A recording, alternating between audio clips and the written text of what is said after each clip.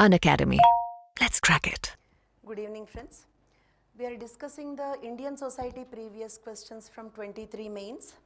And the first question we are discussing is, do you think marriage as a sacrament losing its value in modern India? Okay. So the question is about, is marriage losing its value as a sacrament? So let us start this answer by first defining what is marriage. And then after that we will discuss whether marriage is a sacrament or contract. And is it losing its value as a sacrament? On what basis we can consider it as a sacrament? On what basis we can consider it as a contract? And if at all there are any case studies to say whether it is a sacrament or contract. So this is how we are proceeding with this answer. So let us start with the definition first. Marriage is legally and socially sanctioned union, usually between a man and a woman. And this is regulated by laws and also regulated by customs. For example, if it is regulated only by law, then we call it as contract. And if it is regulated only by customs, then we call it as a sacrament. But marriage is usually regulated by customs. What are a few customs that we have in relation to marriage? Like say for example, in India the marriage happens between two gotras. A person of one gotra cannot marry a girl of the same gotra. Okay, and also intercaste marriage is prohibited. Like this we have certain customs. Okay, so custom is a kind of a social practice that is followed in the society for a longer duration. That is how we can define the word custom. So marriage is legally, socially sanctioned union, usually between a man and a woman. This is regulated by both laws and also customs. We also have a lot of beliefs that prescribe the rights and the duties of the partners, and also the marriage will give certain rights to the offspring. Offspring means the child.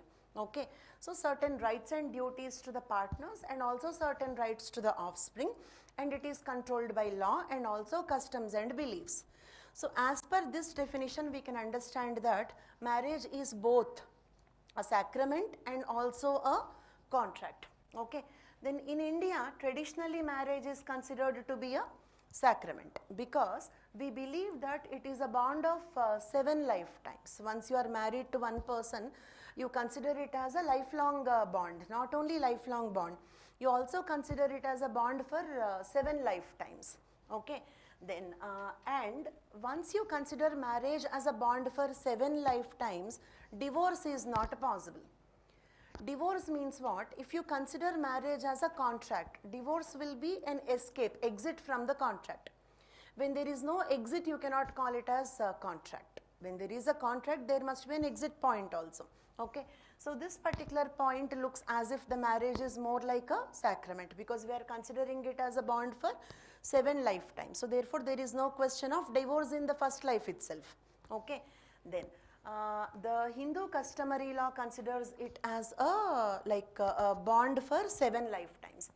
And Hindu Marriage Act, in India Hindu Marriage Act is applicable to Hindus obviously, but not only Hindus, it is also applicable to Hindus, Sikh, Buddhist and Jains. All these religions are considering the marriage as a sacrament. They are considering marriage as a sacrament means what? They are considering it to be sacred bond. And they perform marriage according to certain rituals. They follow certain rituals on the occasion of marriage. Okay, and they follow certain customs, traditions, beliefs, okay, in the concept of marriage. Not only Hindus, okay, Sikh, Buddhist and Jains are also considering marriage as a sacrament when in the traditional Indian society. Okay, then, so in the traditional Indian society, as you all know, every human being will have 4 stages in the life, that is Brahmacharyashram, Grihasthashram, Vanaprasthashram and Sannyasashram. Okay, Brahmacharyashram is student life, Grihasthashram is like family man's life. Vanaprastha means, Vana means forest, Prasthan means journey, okay, wandering in the forest. Sannyasashram means absolute detachment from all your emotional attachment. Let it be towards your family members or towards your property or whatever it is. Okay. According to Yajnavalkya Smriti and according to Manu Smriti, according to these two Smritis, okay, the kind of these Smritis are kind of code of conduct, okay, the rule book, like whatever rules you have to follow. According to these two Smritis, Grihasthashram is the most important. Why Grihasthashram is most important? Okay, because a human being is born to Grihastha only. Okay, so therefore Grihasthashram is considered to be the most important. There are other reasons also. We have certain Purusharthas as well. What are the Purusharthas? Dharma, Artha, Kama, Moksha. Okay, can you tell me the meanings of that? Dharma means righteousness. Okay, Artha means wealth. Okay, Kama means sexual desire. Moksha means salvation. Okay, so you tell me for Brahmacharya ashram, for a student, okay, which among these four are permitted? Are you permitted to have, according to traditions, are you permitted to have sexual desire or desire on wealth? Okay, so you are permitted to only have your goal in like moksha and dharma. Is it clear? Same way Vanaprastha Sannyasa ashram also. They have to focus only on moksha and dharma. So they should not have any sexual desires or desires on wealth. Artha, Kama not permitted. But for Grihastha, all four are permitted. A Grihastha can have desire on wealth. Okay, because he need to gather the wealth so that then only he can do some charity or he can support some other people in the other stages of life. Sexual desire, Kama is also permitted because through that only he will have the children so that the human race can continue. Dharma, Moksha, anyway, they are the final targets according to the Hindu traditions. Why are we discussing about Purusharthas? To know the significance of Grihasthashram. Grihasthashram is the only ashram in which all the four Purusharthas can be realized. Okay, why are we discussing about Grihasthashram? Because through marriage only you will enter into Grihasthashram. So in Indian traditions, marriage has got very importance, a lot of importance, because through marriage you will enter into Grihasthashram. And Grihasthashram is the most important stage of your lifetime. Okay, so it means marriage is considered as a very important sacrament according to our traditions. That is, in the traditional Indian society, it is a very important sacrament through which only we enter into the Grihasthashram. Okay, so no doubt traditional society marriage is a sacrament. But what is happening? There is no prescribed age like that. Okay, and so as we are saying, like in traditional society there is no doubt, okay, that marriage is a sacrament. But now the question is marriage losing its value as a sacrament? Yes, marriage is gradually losing its value as a sacrament. Okay, losing its value as a sacrament, but what is happening to it? It is taking the form of a social contract, a contract signed by two parties. That is the reason why we also get a marriage certificate. That is the contract the two parties are signing. Okay. Okay, on what basis I can say that the marriage is losing its value as a sacrament? On what basis I can say that marriage is assuming the form of a contract? Okay, one thing, abolition of Article 497, decriminalizing the adultery.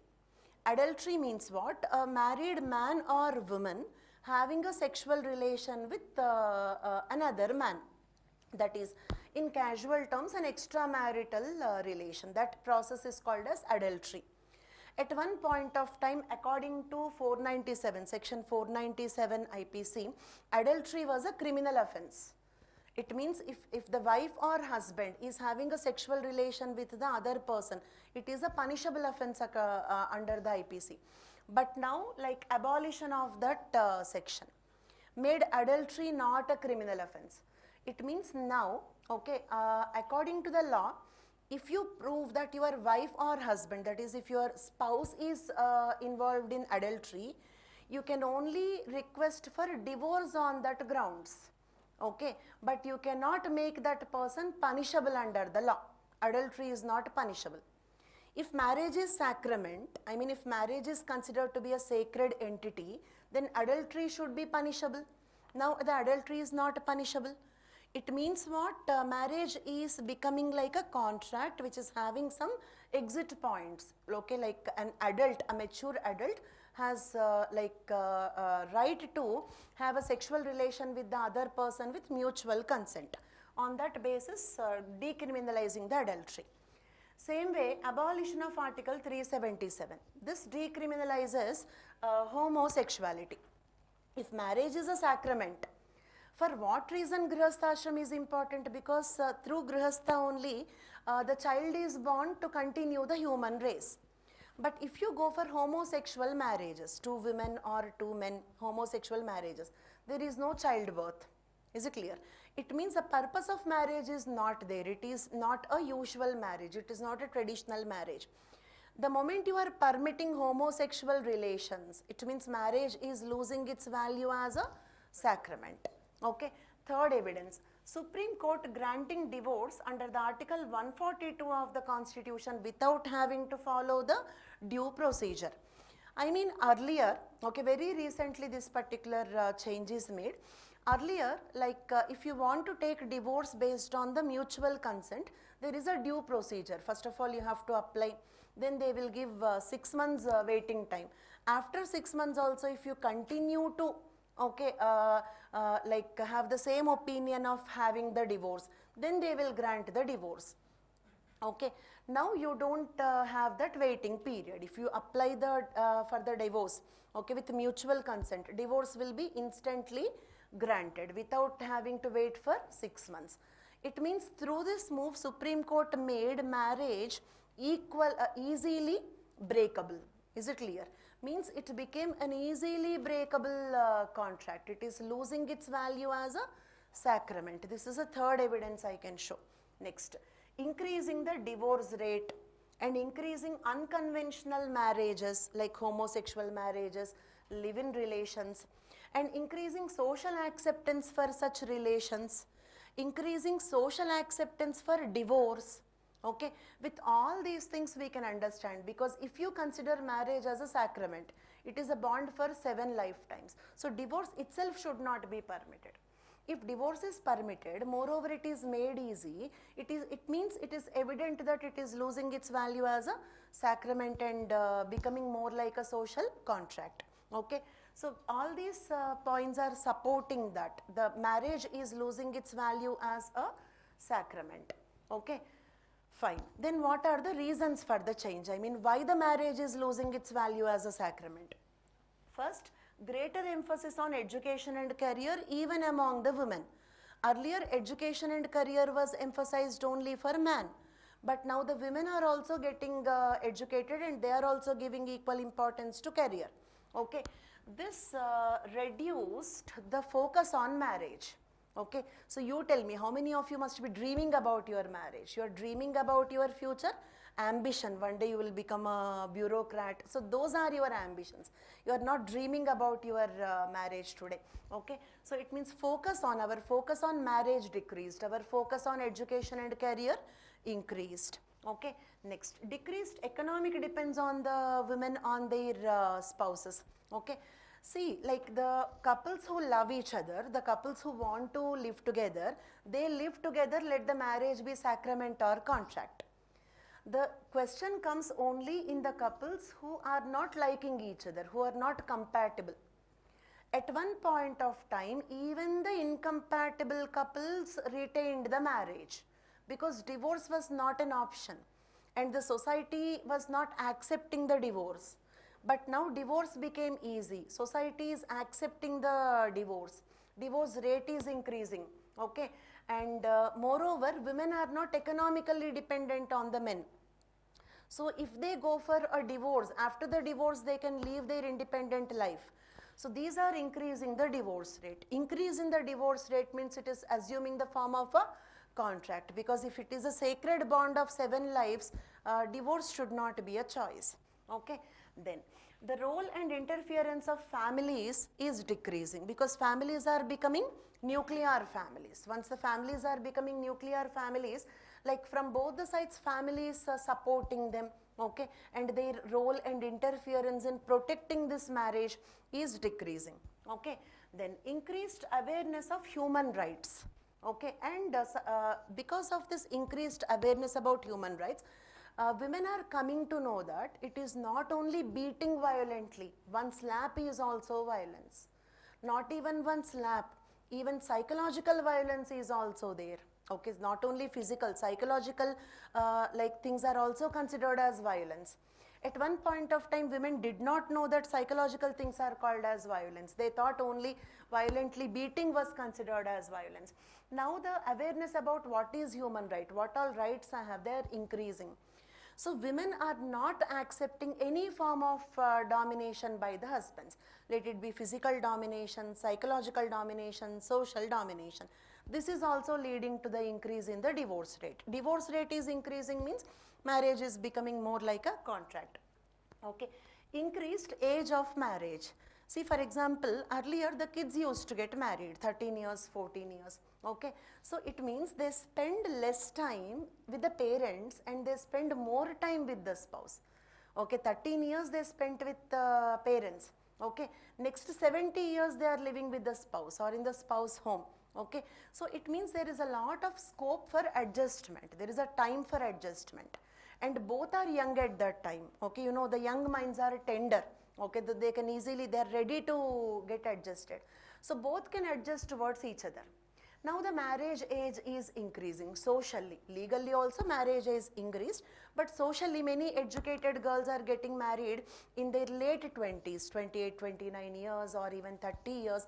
33, 35 years also became very common in the educated men. When the couple get married at this particular age, their minds are already matured and they are fixed for one particular lifestyle. Is it clear? So now changing the lifestyle is not very easy. Changing your food habits, lifestyle, everything for a new family is not very easy. So this is also leading to decisions about divorce and increasing the divorce rate. Okay. So like we have seen that traditionally marriage is a sacrament, but in the modern time it is gradually losing its value as a sacrament. Third part, we have given evidences to say that marriage is losing its value as a sacrament. Fourth part of the answer, we discussed the reasons why it is losing its value as a sacrament. Now coming to the last segment of this answer, that is conclusion. So traditionally marriage is a sacrament, but in this case Bhagavati Saran Singh and Parameshwari Nadar Singh, the court held that Hindu marriage is not only a sacrament but also a contract. Okay, so we are giving one case study as a support to our argument. Okay, so in that case the court decided that it is not only a sacrament, it is also a contract. Okay, hence Hindu marriage is neither a pure contract nor a pure sacrament, but it is a mixture of both contract and sacrament. So actually Hindu marriage is a mixture of both contract and sacrament. But in the modern times its value as a sacrament is decreasing, its value as a contract is increasing. So this is the answer to this question. Now, yes, yes, okay, yes, no, we can change that. Okay, now coming to the next question, yes.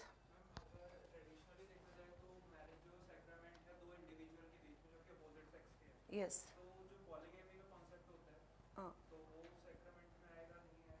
Yes, see, one point is sacrament is related to rituals and every ritual is time bound. So we are going into the history to some extent. At one point of time tradition is monogamy between one man, one woman. But if you further go back, okay, the unwritten part of the history or some early stages of humans, the initial days of human evolution, there we had group marriages, or there is no concept of marriage at all. So this tradition also confines to a certain duration in the past. Okay, if you go into the past unlimitedly, there is no marriage at all. Like animals, we lived at one point of time. So this sacrament point also, there is a limit about how much past you are going into. Okay, then the next question, explain why suicide among young women is increasing in the Indian society. So for this answer, actually we can make it more impressive using the data. Okay, as many as 45,000, around 45,000 women died by suicide in the year 2021, according to the annual report of National Crime Records Bureau.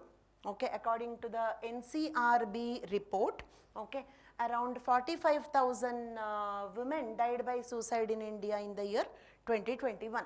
Okay, now the point is, are more males committing suicide or more females committing suicide? Still more males are committing suicide. But there is one important trend here, okay, that is women in certain age group, okay, their suicides are more when compared to the men in that particular age group, that is like 18 years age group, women are committing more number of suicides, okay, while more than 1,18,000 men, okay, than women died by suicide in India in the past 8 years, there is a deviation from this pattern was observed in those aged between below 18. So on the whole, if you take, more men are committing suicides when compared to the women. But below 18 age bracket, if you take, more women are committing suicide when compared to the men. This is not only this year report, in the past few years the same trend followed. Is it clear? In the past few years, same trend followed. Okay. So two patterns are observed here. On the whole, male suicides are more, but female suicides are increasing in the number. That is one point. Second point, particularly female suicides in the age group below 18 are more when compared to the male suicides in the age below 18. Okay. And India's female suicide burden is enormous. Indian women make 36% of all global suicides in the 15 to 39 years bracket. 15 to 39 years age bracket, okay, around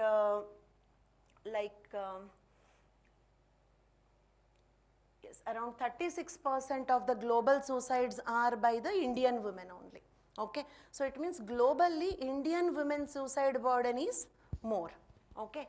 And the highest share of any nation in the world, there is no other country having contributing to 36% of the female suicides, okay.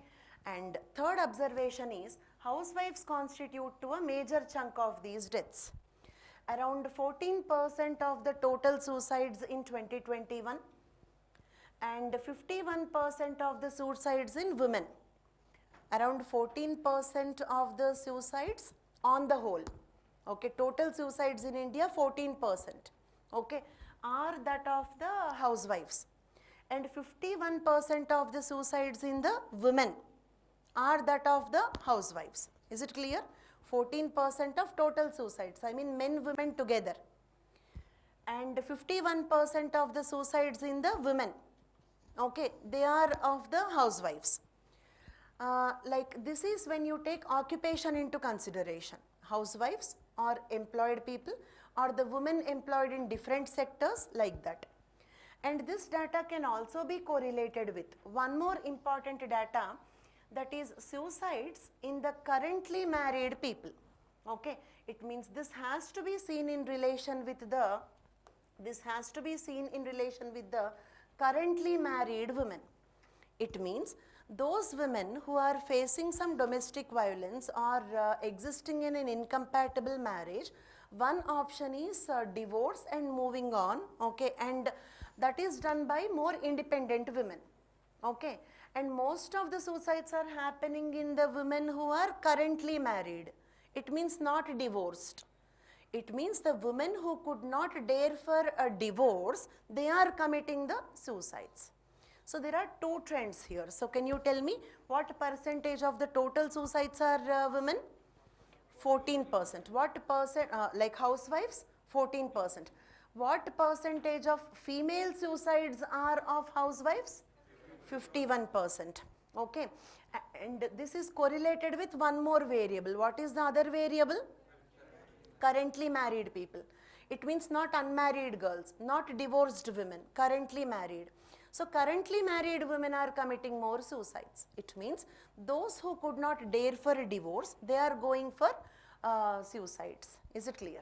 Okay, and of course I'm not speaking about happy marriages. Happy marriages will neither go for a divorce nor for suicide. Okay, so those who are unhappy, one solution is divorce. Those who could not dare for that, they are committing the suicides. That is one more point we can observe here. Next, notably the number of suicides reduces in the women who are becoming financially independent. So one more observation from this NCRB data is the women who are earning more than 10 lakh rupees per annum. In that bracket, least number of women suicides are noticed. Okay, maximum suicides, housewives. Maximum suicides of the women, currently married women. And in that also, minimum suicides are in the women who are earning more than 10 lakh per annum. It means women who are independent, financially independent, they are thinking less about the suicide because they are confident to live. Okay, so it means financial independence is giving them, okay, enough courage to face the problems and live even the independent life. So this is one more observation. Okay, then okay, we have seen certain statistics to make some observations. Then after that, let us see what could be the top reasons why the women below 18 are committing more suicides than men, why housewives are committing more suicides than working women, why currently married women are committing more suicides when compared to divorced or unmarried girls. Okay, and why the women earning more than 10 lakh rupees per annum are committing lesser number of students. What are the top causes? Okay, the top causes for increase in the suicide rate among the young women. First one is increase in the number of female suicide may be related to conflict between women's increasing education, okay, and empowerment and the persistence of their lower status in the Indian society. Okay, it means the girls are expected to study. Like throughout the childhood, parents are expecting them to achieve first rank in the class or 95%, 99%, clear in the exam, clear in state services, clear in IPS, okay, IAS, or clear MBBS like NEET exam. So lot of competition, education. There is no liberty there. Traditionally at least, the girls enjoyed their childhood. They were playing with the other friends and they were singing, dancing. They were enjoying the childhood. But now the present girls, okay, throughout the childhood, throughout the teenagers, college age and all, okay, they are career oriented and working hard in their education to get better ranks, better percentages and all that. And they are getting employed also, better employed because of the reservation and because of the nature of jobs also. There are many jobs which are suitable only for the women. Okay, so like that in the employment and education, like UPSC ranks also, there are many women in the top 10 this time. Okay, so like that it is quite evident that they are faring very well in their education and employment. Okay, and because of the women reservations and all, sometimes like they are earning more than the husband. So that is one side. The other side is their social status is not changing. Still in the patriarchal society, they are seen as second-rated citizens. So there is a conflict here. Okay, so like you are highly educated, highly employed. On the other side, you are not being given that respect. That conflict is troubling the mind of the women. Okay, that is one reason. Second one, the more suicide in married women can be due to the dual role burden. Use the word once, dual role burden. Okay, it means as I told you, like earlier it was only marriage was the focus. Marriage, husband, satisfying the in-laws, taking care of the children. The domestic responsibility was the only responsibility of the women. Now the domestic responsibility persists. That is not replaced. Okay, the women still have the responsibility of taking care of the home, husband, in-laws, children and all that. Now the career responsibility, education responsibility, career responsibility added to it. Okay, so the educated women are playing two roles. One is as a career woman outside and as a wife or mother or a daughter-in-law in the family. So this dual role burden is increasing the stress on their minds. That is one more reason why currently married women, only currently married women have this stress, the real dual role burden. Okay. Next one, victim shaming, very important. Okay, in the Indian society even today, if a man rapes a girl, okay, the girl is more shamed. Like say there are questions like, say for example, like in that Nirbhaya case, okay, the question raised by the society and by the criminals and a group of people is why she had to come out in the midnight, why she had to stay there along with her boyfriend. When she can stay there along with a male friend, what is the wrong if we rape her? So this is the argument by one segment of the society or by the culprit himself. Okay, it means the society is shaming the victim more than the culprit, more than the criminal. The victim is being shamed. Okay, the rape culprit is being sometimes becoming a celebrity, or like again he is also not finding it difficult to get married again. But the rape victim will find it very difficult to get married again. Even if she is married, that trauma is not leaving her mind. Okay, that is because of the social stigma on them. Okay, so this kind of victim shaming, okay, is one more reason that is becoming a stress on their mind.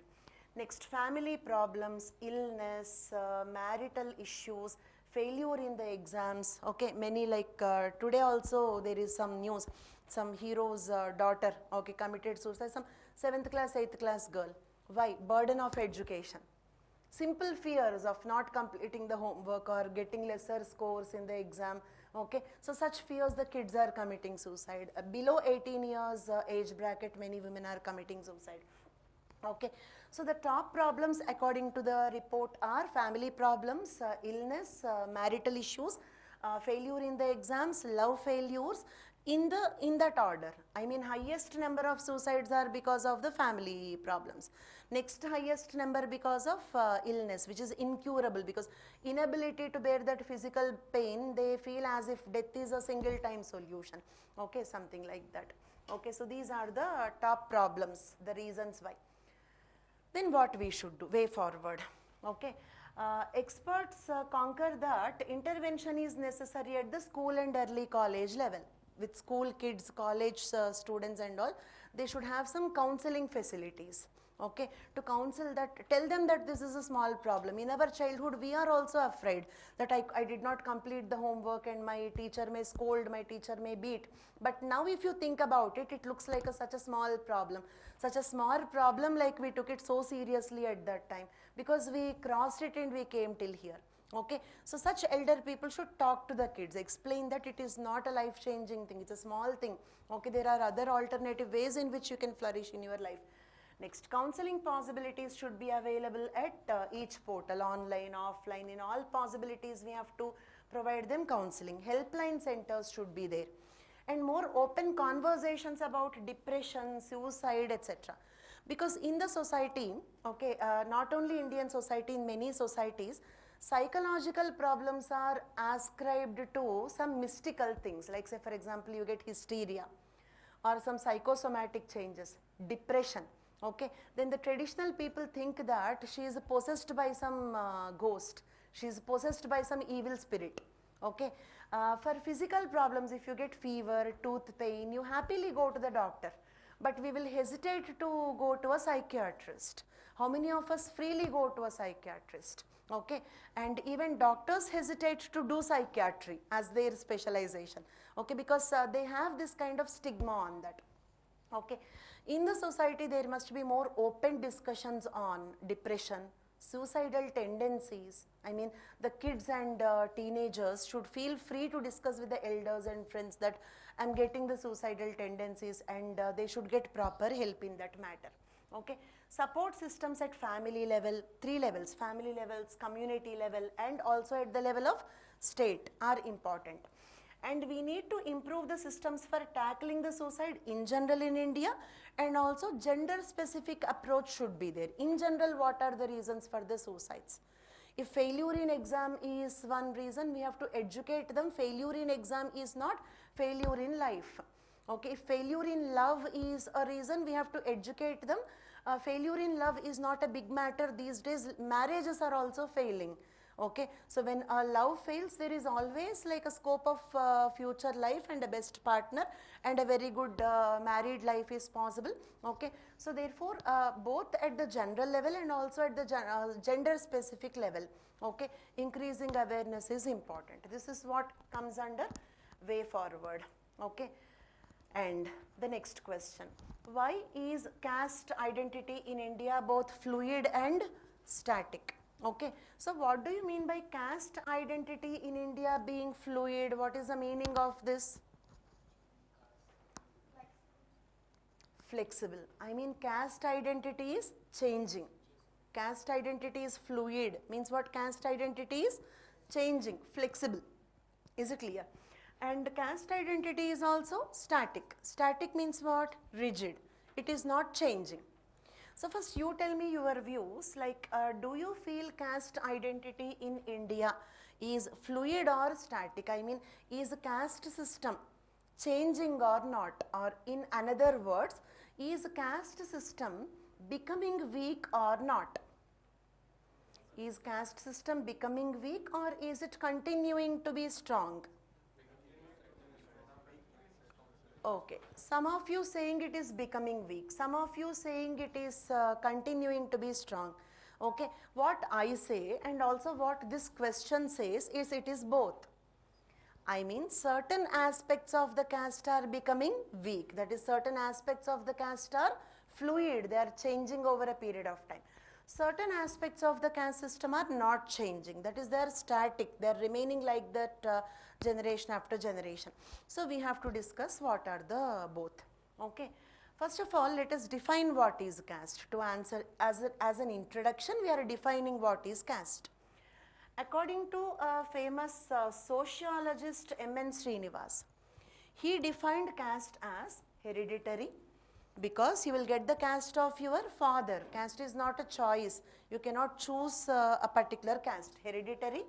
Endogamous. Endo means inside, gamy means marriage. It means you have to marry within the caste.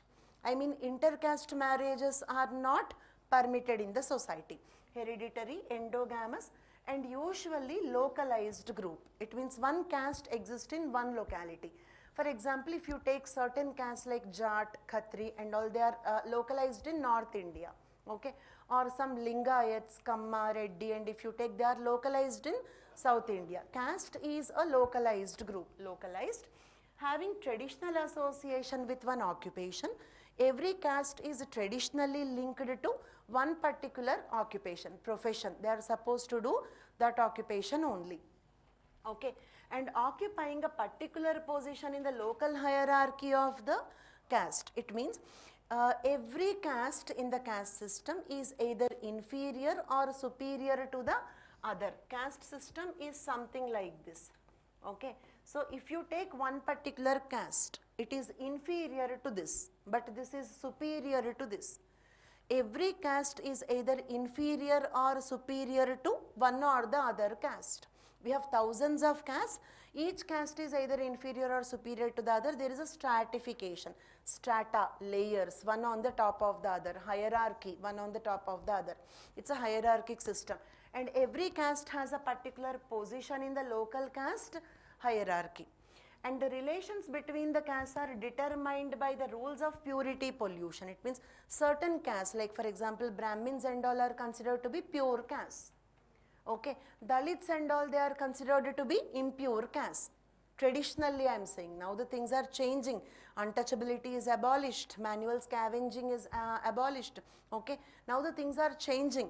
Okay, but traditionally caste system is also characterized by purity. This pollution is not that Delhi's air pollution. This pollution is religious impurity. Okay, religiously, some mystic purity, impurity. Is it clear? Purity pollution. And hence there are restrictions on commensality. Commensality means what? Closeness, mingling with each other and all. There are restrictions on commensality. For example, a high caste person will hesitate to touch a low caste person, untouchability, or hesitate to accept the food from a lower caste person. Okay, something like that. And social intercourse among the castes. Different caste people will have restricted social intercourse. Social intercourse means social intermingling. I hope the definition is clear. Okay, After completing the definition, we have to see, okay, the factors that make the caste identity fluid. It means what aspects of the caste are becoming weak, okay, the factors that are making the caste identity fluid. One is westernization, modernization, industrialization, okay. This changed the Indian society in such a way that, okay, the achieved status becomes more important than ascribed status. Use both the words once. Achieved status becomes more important than ascribed. Achieved status means what? Tomorrow if you become an IAS officer, that is your achieved status. And the caste you are born, because you achieved it. And the caste in which you are born, that is an ascribed status. It means a status given to you. Ascribing means giving to you, ascribing to you, ascribed to you at the time when you are born. So due to westernization, industrialization, modernization in the present India, okay, we are giving more importance to achieved status. I mean, we appreciate if you become an IAS officer. We will not appreciate if you belong to a high caste, because we think that there is nothing, there is no effort, okay. It's not because of your effort, it is not because of your capability, it is your destiny that you are born in certain caste. Whereas if you achieve something, if you become a doctor, if you become a political leader, or if you become a bureaucrat, that is your capacity, with your skills you have achieved it. So it means we are giving more importance to achieved status, less importance to ascribed status. It means caste identity is becoming fluid. I mean, we are not giving that much importance to caste identity. We are giving more importance to the other identity, your identity that you achieved, okay, something that you achieved, right? Next, urbanization. See, in villages, like say for example, when I migrated from Hyderabad to Delhi, here nobody knows my caste. Even if I tell the name of my caste, you cannot recognize it. But if I go to my father's village, I need not tell my caste name also. I tell my surname also. I tell my father's name also. The slightest detail I will give, the entire villagers can easily identify to which caste I belong to. It means in your village, people can easily know which caste you belong to. But in a city, nobody can recognize which caste you belong to.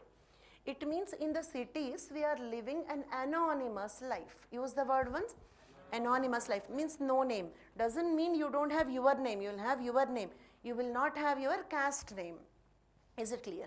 So therefore, due to urbanization, the caste identity is becoming fluid. Is it clear? Caste identity is changing. You don't have the caste identity. It is becoming weak. Next, the role of the state. Okay. So what is the role of the state here? Okay. It includes various steps taken by the state, such as affirmative action. Affirmative action, protective discrimination. Use both the words once. Here in the modern times, like among your friend circle, you might have noticed that the higher caste people are feeling discriminated. They feel that the lower caste people, SC, ST, OBC, they are getting better opportunities in education and employment. Okay, being a higher caste, I can never clear this exam, they say. It means higher caste people are feeling discriminated. This is a reverse discrimination. Okay, to answer the historical injustice done to the lower caste people. Okay, and it is a positive discrimination. Okay, this, why it is positive discrimination? Because its impact will be good. Okay, so it is not like equality, it is equity. That is like, say for example, lesser developed people will be given a helping hand, or like that image shown in NCERTs, a taller bench will be given to a shorter boy when compared to a taller boy. A taller boy will be given a shorter bench, so that both can easily see what is happening on the other side of the wall. Okay, so this discrimination, that is the higher caste people feeling discriminated, okay, is to equalize both of them. This is called equity, not equality. Achieving the special care to lower caste to achieve the equality is nothing but equity. So we also call it as protective discrimination. Okay, because you are discriminating the higher caste people to protect the rights of the lower caste people. Okay, so this affirmative action, protective discrimination, reverse discrimination, positive discrimination, all these things, okay, are simply, in simple terms we have to say reservation policies. Is it clear? Reservations, concessions, relaxations, age relaxation for SCs, relaxation in the cutoff mark for SCs, or reservations in education, employment, politics, all this is called as affirmative action or protective discrimination. So, because of that, taking this as an opportunity, the lower caste people are improving. As the lower caste people are improving, the differences between higher and lower caste people are decreasing. As the lower caste people are improving, the difference between higher and lower caste people is decreasing. It means the caste identity, your identity as a Dalit or your identity as a Brahmin is not having much significance in the modern world. Okay, whether you are a Dalit or a Brahmin, like you both do not have much difference in the modern world, modern lifestyle. Okay. Then next we have a process called Sanskritization. Use the word once. Sanskritization means lower caste people imitating the lifestyle of the higher caste people. Lower caste people imitating the lifestyle of the higher caste people. Okay, if the lower caste people imitate the lifestyle of the higher caste people, now both of them have same lifestyle. If both of them have same lifestyle, the caste differences are decreasing. As the differences between the castes are decreasing, you cannot speak about the caste identity. I mean, you don't have a unique identity as a higher caste. You don't have a unique identity as a lower caste. Both lifestyle and culture is becoming the same. So, because of Sanskritization also, the cultural differences between two different castes are decreasing. The castes are becoming equal or comparable. So, therefore, the caste identity, your identity as a higher caste person or lower caste person is decreasing, becoming less significant or becoming fluid. Okay. Next, orthodox marriages that buttress means that support the caste system, such as child marriage. Do you think child marriage supports caste system? Yes, child marriages support caste system. How? Because if you get the children married, there is no chance of them growing old, form their own opinions, meet a boy or a girl in the college, love them and go for a love marriage or intercaste marriage.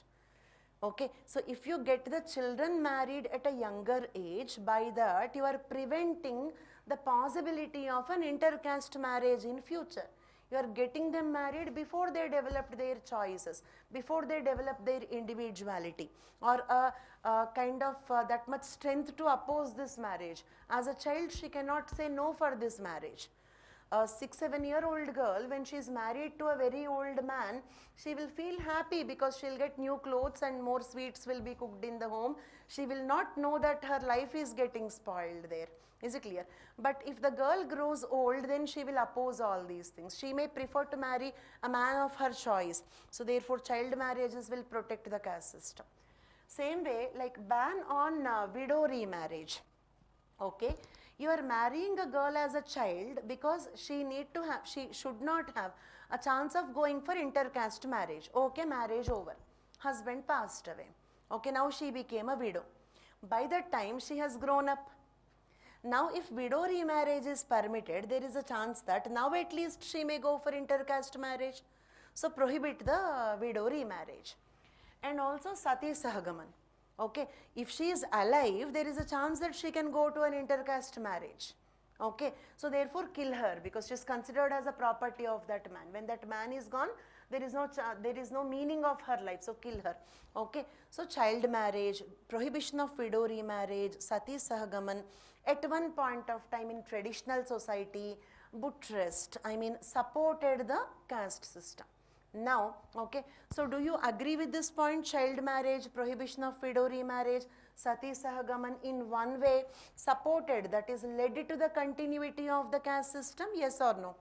Yes. Okay. Now do we have this child marriages, Sati Sahagaman, prohibition of widow remarriage and all?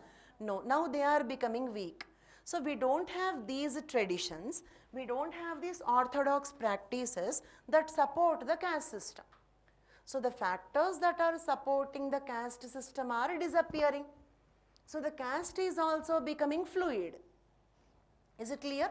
Okay, can you restate it once? What are the orthodox practices we spoke about? Child marriage, prohibition of widow remarriage, and sati sagam. Do they support caste system or oppose? They support the caste system. Now these systems are they're disappearing. So the factors that were supporting the caste system at one point of time, now they are disappearing. So the caste system is also gradually becoming weak, fluid. The caste identities are changing. Is it clear? Next. Changes in occupation, choice of modern occupation. Now whether you are a Brahmin or Dalit or SC or BC, whoever it is, most of the people are software engineers only. It means what? We are not going for our caste based occupations. We are choosing modern occupations. Okay. See, occupation is one thing, okay, that maintained the caste system. Is it clear? So that occupational relation is getting weakened. Now caste and occupation, there is no relation. Maybe I am a Dalit but I became a teacher. But traditionally teacher must be only a Brahmin. But now a Dalit also can become a teacher. Dalit also can become anything to that matter. Okay. So it means what? Like the choice of occupation loosened. The link between caste and occupation. Okay, so that also weakened the caste system. It means caste identity is becoming fluid. Caste identities are changing. Okay, next, Dalit capitalism. Use the word once. Means a Dalit becoming capital. Okay, capitalist. Capitalist means what? The boss. The one who invested. If there is a factory, the one who invested in that factory. If there is a company, the one who invested in that company is called capitalist. If Dalit become a capitalist, he is becoming the owner and higher caste people are working under him as subordinates. So it means what? The power equations between different castes are changing. Okay, higher caste person is working like an employee. Lower caste person became a boss. It means high caste superior, low caste inferior identity is changing. Okay, the caste identity is becoming fluid. Is it clear? Okay. Then breakdown of judgmony system. Use the word once. The word judgmony originated from judgman. Judgman means yajman. Judgman originated from yajman.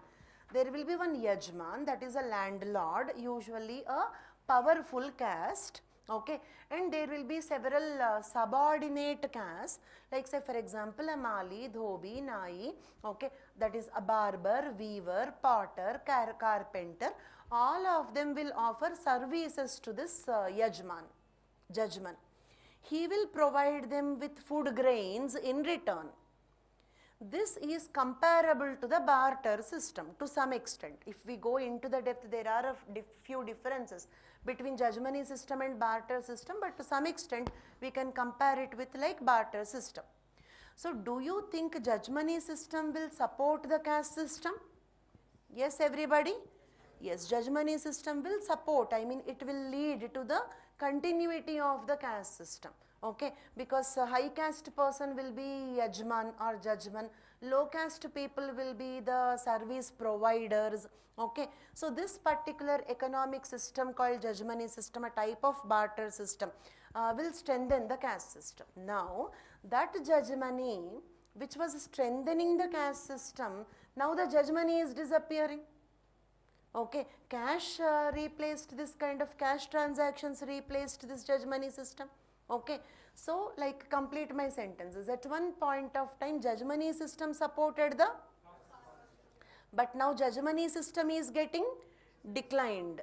With the decline of the judgmony system, the caste system is also getting declined. I mean caste identities are getting, okay, fluid. I mean you don't have an identity as a yajman, or you don't have an identity as a subordinate. The caste identities are becoming fluid. Next, legislative measures like Untouchability Offences Act, SC/ST Prevention of Atrocities Act. Okay, so these things are kind of giving certain human rights to the lower caste people. Okay, so caste based violence is also decreasing. This is also one factor which is making the caste system weaker. The caste identity is fluid. Okay, next, democratic decentralization. What is that system that came in the decentralization process? Panchayati Raj system. In the Panchayati Raj system, there are reservations for SC, ST, OBCs. Let us suppose a village is an SC reserved constituency. There, like an SC person became a Gram Sarpanch. Then in that particular village, an SC caste or a Dalit caste will become powerful. Okay, then the higher caste people will be subordinated to them. It means the power equations between castes are changing. The caste identities are becoming fluid. Okay, next, dominant caste concept. Use the word once, dominant caste. For a dominant caste, we have 4 factors. Okay, numerical number, that means a caste in which the numbers are more number of people. The caste that is more educated, the people are more educated. The caste that is owning some land.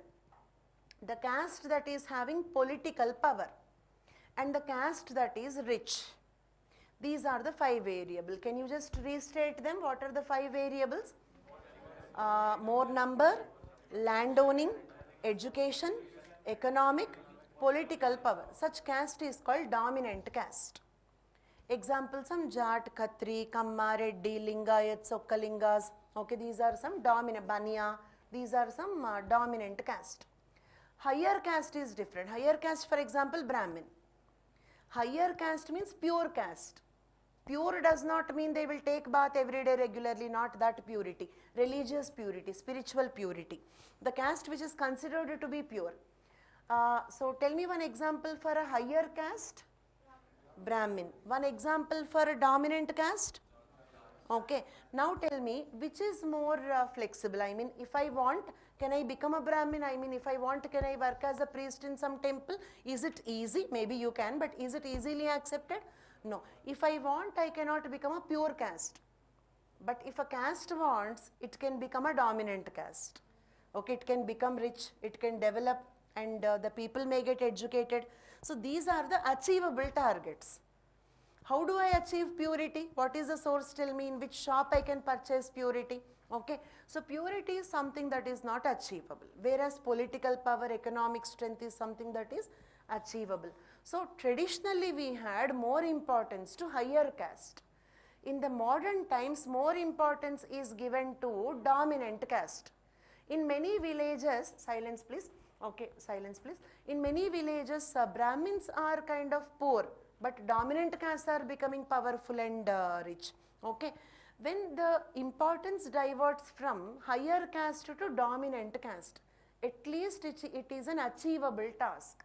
Okay, so you tell me, higher caste concept is better or dominant caste concept is better?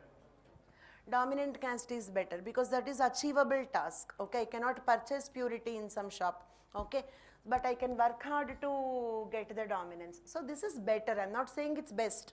Better when compared to higher caste. Okay, so the dominant caste concept replacing the higher caste concept made the caste system weak or made the caste identities fluid. Is it clear? Yes. Purity is a concept that I cannot explain. Okay, means mystical purity. See, for example, why RO water is pure means I can explain. Okay, so because there are no microorganisms in that and there is no contamination in that. Why river Ganga water is pure means we cannot explain. That is a mystical purity we are speaking about. Is it clear? Some spiritual, religious, mystical purity. Like for example, according to Vedas, the Brahmins are born from the head of the Brahma or the mouth of the Brahma, so considered pure. Sudras were born from the feet of the Brahma, so considered impure. Okay, this is a purity that is unexplainable because it is a mystical purity, spiritual purity, religious purity. Is it clear? Okay, so like why air is pure or polluted means using some meters I can show. See, this much particles are there. Okay, so these many pollutants are there, these many toxins are there, or I can keep an air purifier in the room and I can show that the pollution level is decreasing. But how can I show the purity of the Brahmin? Okay, so this purity is about a mystical purity which we cannot explain because it's a mystical purity, you cannot even achieve it. Is it clear? Next, okay. We have seen the factors that are making the caste system fluid, but the question is, caste is both static and also fluid. Now let us see what are the factors that are making the caste identity static. I mean, how do you say that the caste is becoming very rigid over a period of time? Few aspects of the caste system are becoming more and more rigid over a point of time, over a period of time. First one, caste and politics. Okay, Dalits are trying to assert their identities to become successful in capturing the power in various states. Okay, it means you answer this question at one point of time in traditional Indian society. Higher caste people wanted to continue the caste system, or Dalits or lower caste people wanted to continue the caste system? Higher caste people. But now, higher caste, lower caste both want to continue the caste system. Higher caste people would like to continue the caste system because due to that they enjoy the supremacy in the society. Lower caste people want to continue the caste system because they are getting the reservation benefits. Now nobody wants the annihilation of the caste. Nobody is working for the annihilation of the caste. Both need the continuity of the caste to some extent. And political parties, political leaders also want the caste system because caste will act as a vote bank. I don't have to convince everybody to vote for me. I can convince the caste leader, then the entire caste will vote for me. Okay, so politicians want, higher caste people want, lower caste people also want the continuity. So this is one factor which is making the caste identity stronger. Earlier, high caste people used to flaunt their identity. I am Jat, okay, I am Khatri. So they used to attach the caste name as a surname also.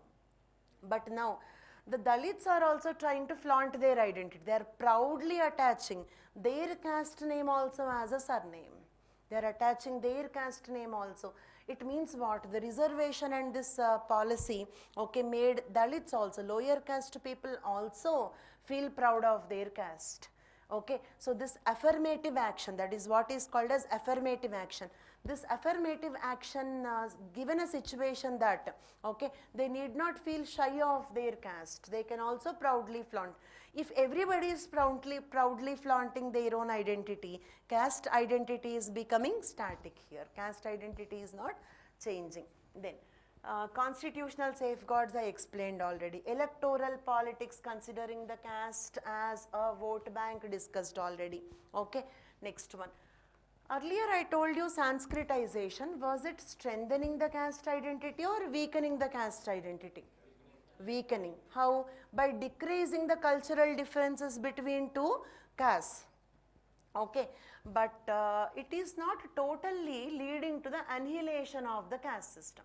Sanskritization, listen carefully, Sanskritization can decrease the differences between higher and lower caste, but it cannot lead to annihilation of the caste system. Why? Because Sanskritization is only an internal change. A higher caste is becoming lower, a lower is becoming higher, but with this, all castes are not becoming equal. Earlier, A was higher, today B is higher. But still higher lower equation is the same. Higher lower equation is not changing. AB did not become equal. Earlier A was in the better situation. Now B became into the better situation. Okay. So there is internal interchanges, but the castes are not becoming equal. Okay. So Sanskritization is also failing to annihilate the caste system. That is, caste identities are still static. Okay, and no change in the caste of the wife or husband or child due to intercaste marriage. Okay, so let us check how much you are aware of this point. Let us suppose if there is an intercaste marriage. Okay, will the caste of the husband change? Everybody please? No, because in patriarchy, nothing for a husband changes. I mean, nothing for a man changes. His residence will not change, his name will not change. Okay, his culture, lifestyle will not change, his caste also will not change. Okay, next question. Due to intercaste marriage, will the caste of the girl change? No, it will not change.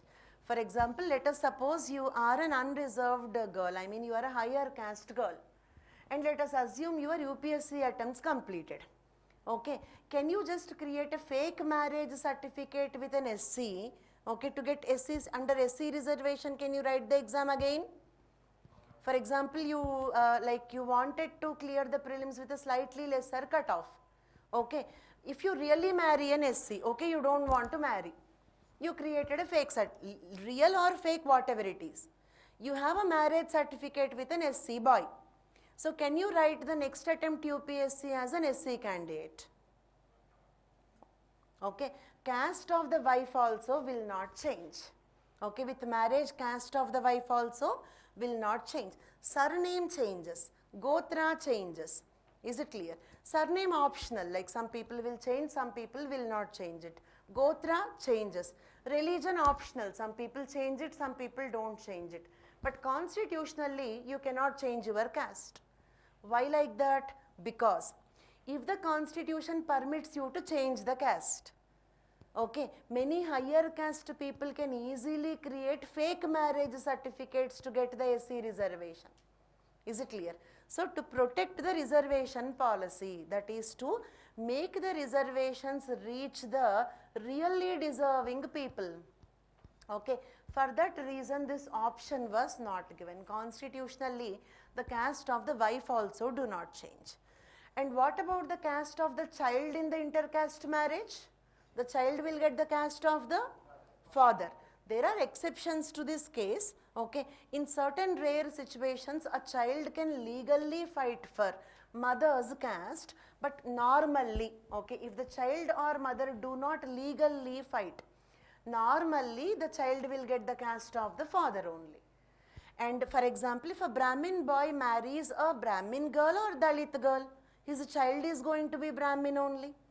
So now tell me, due to intercaste marriage, did the caste of the husband change? Fast, everybody. No. Did the caste of the wife change? No. Did the caste of the child change? No. Okay. No change, na. Like that is what I am saying. If a Brahmin boy marries, that is not child's caste changing. The child will get the caste of the father. If a Brahmin boy marries a Brahmin girl or Dalit girl, in both the cases his child is Brahmin only, na. Who? That is different matter, okay, like whether the society is accepting or not is a different matter. But the child will get the caste of the father only. Is it clear?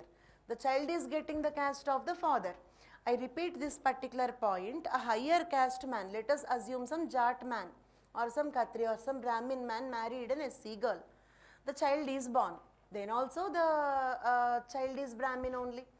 If a Brahmin boy marries a Brahmin girl or SC girl, in both the situations, the child will get the caste of the father. That is, the child is going to be father's caste. Okay, we are not discussing about social acceptance. We are discussing about constitutional provisions. As per the constitutions, the child of the caste is that of the father. So, father, whomsoever he may marry, the child is going to get the caste of the father only. I hope this point is clear. A Brahmin boy marries a Brahmin girl or Brahmin boy marries SC girl. In both the cases, the child caste is Brahmin only, father's caste. Society may not accept, the Brahmin family may not accept it, but constitutionally the child is not eligible for SC reservation. Okay, it's not eligible for SC reservation. Okay, so from this we understood that due to intercaste marriages, nobody's caste is changing. It means intercaste marriages are not going to, okay, lead to the annihilation of the caste system. I mean, at one point of time, people positively they thought that with more and more intercaste marriages, caste system will disappear. But now based on this point, I am saying that with more and more intercaste marriages also, your caste identity is not going to change. Is it clear? This factor also makes the caste identity static. Okay, the caste identity static. Okay. Fine. We discussed what made the caste identity fluid and then we discussed what made the caste identity static. Now what is the conclusion? Caste is changing in certain aspects like commensality. For example, when you sit here in a class, you are sitting beside a person. You did not ask the caste of the other person. Maybe the other person is untouchable. Is it clear? You are not asking the caste of a classmate. You are not asking the caste of a roommate. You are not asking the caste of a Swiggy Zomato delivery boy.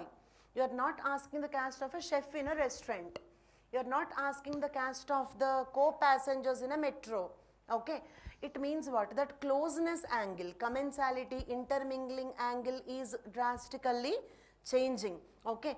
See, let us suppose, like if you say, if you talk to your parents about your classmate, your friend, your roommate, or a server, or a Swiggy Zomato delivery boy, will your parents ask what is his caste? No.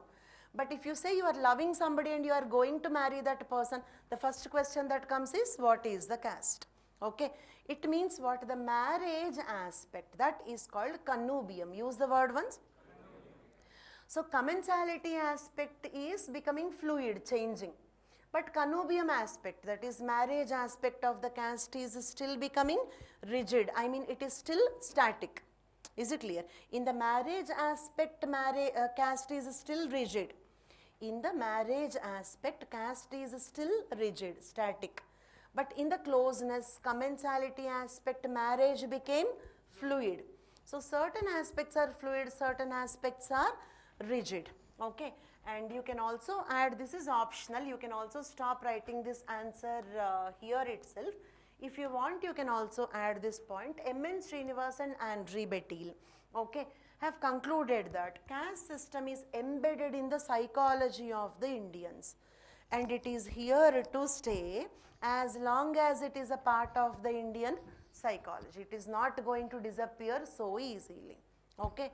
So this is how we can conclude this answer. Moving on to the next question. The next question is, discuss the impact of post-liberal economy. Use the word once. On ethnic identity and communalism. Okay. So here we have to first separately understand the meaning of the words. First, what do you mean by post-liberal economy? Second, what do you mean by ethnic identity? Third, what do you mean by communalism? Let us first decode the three words and then we will proceed into the answer. What is post-liberal economy? After liberalism. Okay, that is literary meaning. Okay, what is the conceptual meaning? I mean, like what happened after liberalism? Okay, after liberalism, correct, perfect answer. But what happened after liberalism? Okay, first what is liberalism? Post-liberalism we'll discuss later. Okay, first what is liberalism in economy? Open market. And the role of the government decreasing. Okay, more privatization. Okay, and more importance to individual's decision. A person can start business, he is more free to start business, he is having more control on his economics, on his finances, he is have more control. The state's role, okay, in the economics is decreasing. Okay, so restate once again what is not post-liberalism, that I will go there later. First I am just asking what is liberalism in economy. Yes, everybody? Reduced role of the government, free market, free trade, more privatization, more importance to individual. This is called liberalism in economy. Okay, what is post-liberalism? Your answer is correct. After liberalism. After liberalism, what came?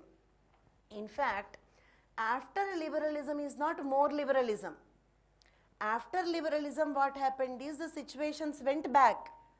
I mean, after liberalism, that is this post-liberalism is like the stage before liberalism. Okay, because see, for example, old trends will keep coming again. So that is the reason why this post-liberalism is also called as anti-liberalism. Okay, first liberalism is also called neoliberalism. Use the words once. Liberalism is also called neoliberalism. Post-liberalism is also called post-neoliberalism. But it is also called as anti-neoliberalism. It means post-liberalism is like anti-liberalism. Means, did you hear arguments opposing the privatization? Yes, keep responding please. Okay, so there is opposition. It is government's duty, like say for example electricity department, okay, or in some countries prisons are also privatized. You know that in India prisons are still under the control of the government. In some developed countries prisons also got privatized. Okay, so like electricity privatization or railways, more and more departments are getting privatized. Okay, did you notice, keep responding everybody, did you notice some opposition is coming from the public? Yes, why? Because a private person will not be responsible, they will not have social responsibility. Is it clear? A private person will take care of his own selfishness, his own profit, but he will not take care of the responsibility of the society at large. Who will have responsibility of the society at large? Everybody? State. Government will have responsibility over the society at large, not a private person. A private person, a private businessman, he need not have responsibility, he will look after his own profit. So this kind of movement that is opposing the privatization moves. This kind of movement, like did you hear that liberalism favored the 1% of the super rich people in India and kind of it made the rich became richer and poor became poorer? Okay, do you agree the liberalism, okay, lesser role of the government, more free trade for the people made the rich people rich and poor people poor? Yes or no, that is okay. But this kind of argument you heard, right? That argument is called, you need not agree with that. You are free to agree that liberalism favored everybody. But that argument that says that liberalism favored the rich people and it made the rich richer and the poor poorer, it increased the gap between the rich and poor. Okay, so that kind of argument is called as post-liberalism. Is it clear? So in essence, the post-liberalism opposes or supports liberalism. Yes, everybody. Post-liberalism supports or opposes liberalism? Opposes.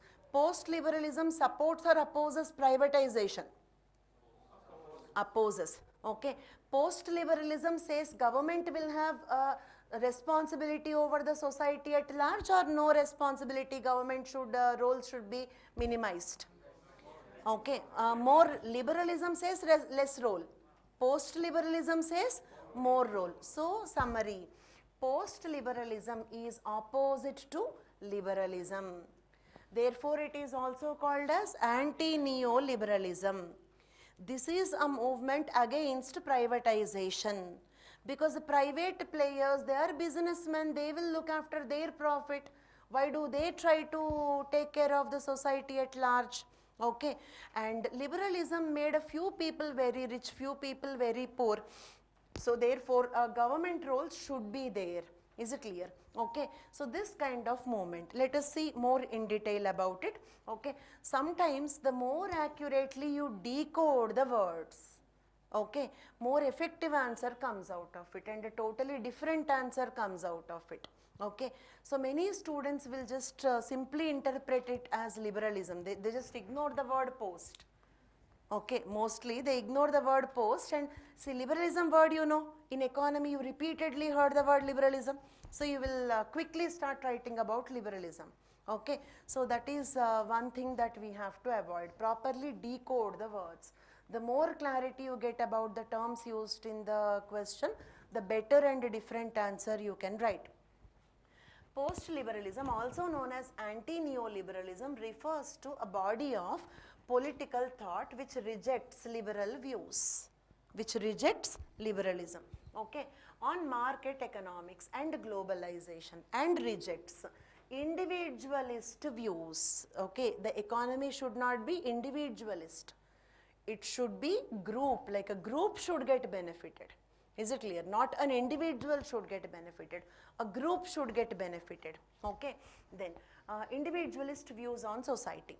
Post-liberalism instead posits a communitarian world. It will look after the benefit of the community, not the benefit of one individual. Post-liberalism is an idea that we have to see the benefit of the community, not the benefit of one individual. that promotes social solidarity, fraternal relations and economic reciprocity. Okay. It is often associated with economic policies of nationalization, okay, that is opposite to privatization. Liberalism supports privatization.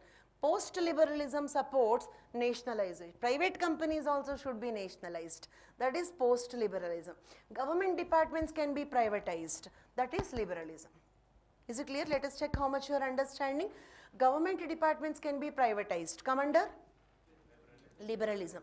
And private companies also can be nationalized. A private bank should be nationalized. That is why? Because in liberalism there is more importance given to individual. In post-neoliberalism there is more importance given to community, society at large, communitarian approach. Remember this point because rest of the answer depends on how effectively you understood this point. Post-neoliberalism is about a communitarian approach. The total community should benefit. This is the most important keyword, remember it. Next. Okay. Prominent thinkers of this post-liberalism are John Gray, John Milbank, okay, Giles Fraser, Patrick Deneen, etc. A few thinkers to name. One or two names if you mention also enough. If you don't mention also it's okay, optional, not like compulsory you have to mention. Okay. Fine. So with this we only understood the word post-liberalism. Okay. Now tell me, post-liberal policies such as reservation, education and employment for ethnic, linguistic, religious minorities. Okay.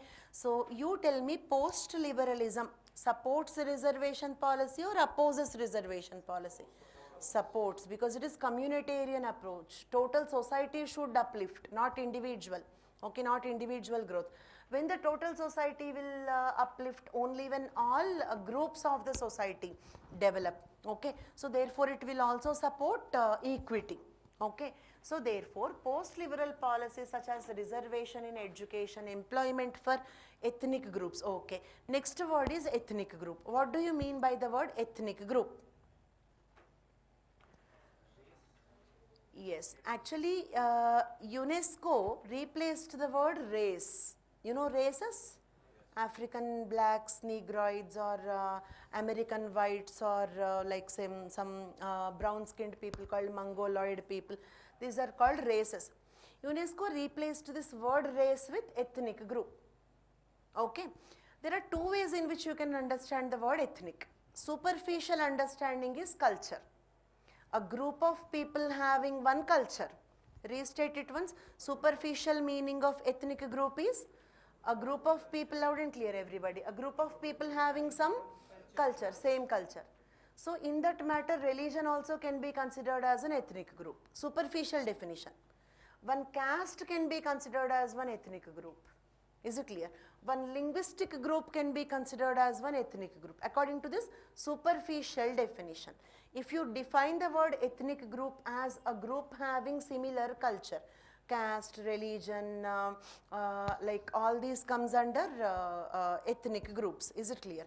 But if you go into a little more depth of this word, a group of people having, look at here carefully, a group of people having same culture, same origin. Okay, I mean even biologically they must be similar. For example, Aryan in India, Indo-Aryan, that is one ethnic group. North Indians typically, fair-skinned, sharp-nosed people. Then Dravidian, did you hear these words? Dravidian, South Indians. Same way, in Andaman Islands and all, we have some group of people called Negrito. Use the word once. Same way in the northeast, we have some Mongoloid people. Use the word once. These are called ethnic groups. They also look similar. All Aryans look similar, all Dravidians look similar, okay, because they have a common biological origin and common language, common heritage, cultural history. Is it clear? That is called as an ethnic group. So I have given two definitions. Everybody restate it. The superficial definition of the word is a group having the same culture. If you go by that definition, one religion, one caste, one linguistic group can also be a ethnic group. But more deeper understanding of the word is a group having same culture, everybody, same culture, same origin, same language, okay, same cultural heritage. Okay, so that is called as one ethnic group. So it comes more close to Aryan, Dravidian, Mongoloid. These are called ethnic groups. But according to the first definition, even different religions, different castes also can be considered as ethnic groups. So we decoded the word ethnic group. The third word used in the question is communalism. Okay, what is communalism? Two communities when they turn antagonistic to each other. When two communities start hating each other, when they develop an antagonistic feeling, that is called as communalism. Communalism means the first word that comes into our mind is Hindu-Muslim issues. But that is not the only example of communalism. For example, in Manipur, the issue between Kukis and Meiteis, that is also communalism. Nagas issues is also communalism. Okay. Dispute between any two communities, like today if you and me fight, that is not communalism because two individuals are fighting. Any two groups, any two communities are antagonistic to each other, that is called as communalism, and that can be applicable to ethnic groups as well. So fine, we understood all the words. Okay, and you said the neoliberalism will support the reservation policy. Neoliberalism support reservation policies, will try to uplift all communities. Is it clear? So because of this, what happens is every community will become self-aware. I mean, okay, they are aware of, say, I belong to some Meitei community, or I belong to Kuki community, I belong to Naga community. These are my problems. I am having these problems because I belong to this particular community. Okay, so like that they are becoming self-aware, they are aware of their problems. They are not innocent people anymore because of this policy. They became aware of themselves. I belong to so and so community. These are the problems of our community. And we all should unite to fight against the rights of our community. Now, let us suppose two different ethnic groups. I hope you are following this. We are taking to a very deeper level. Okay. So let us suppose two different ethnic groups. Okay.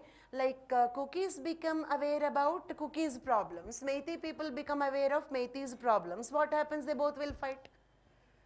Hindus become aware about Hindus' problems. Muslims become aware of Muslims' problem. What happens? They both will fight.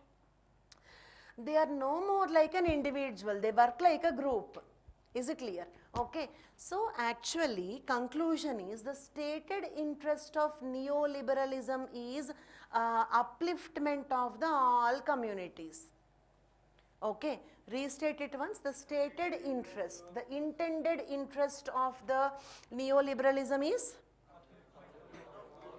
upliftment of all the communities. Okay. But side effect is, I mean, when it is not properly implemented, okay, the reservations made each community stronger, self-aware, okay, community consciousness, we all are one, okay. So now different communities are becoming stronger, that is good only. Side effect of goodness. It is good that the groups will become, is it good, you tell me, is it good that a group knows its problems?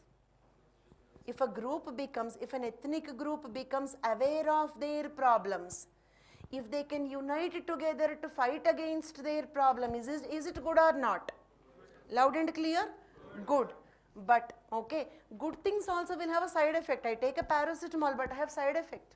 Paracetamol is good, I need it when I get fever. Is it clear? It doesn't mean it is not needed, but there is a side effect. What is a side effect? When the states cannot control this particular antagonism properly, it will lead to the communal violence or communalism, because both communities became strong. Both communities became self-conscious. They are aware of their problems. Both communities developed a group conscious. They can form a group. Okay. When the groups are like that, they can easily form groups and fight with each other. So the side effect of it is communalism. Communalism between two ethnic groups. So post-neoliberalism is in essence good. It will promote the community's benefit at large. It will try to uplift all the communities. Okay, but in the process it will give reservations and uplift the communities. Different ethnic groups will become knowledgeable, aware of their problems, class conscious. They can form a group and fight for themselves.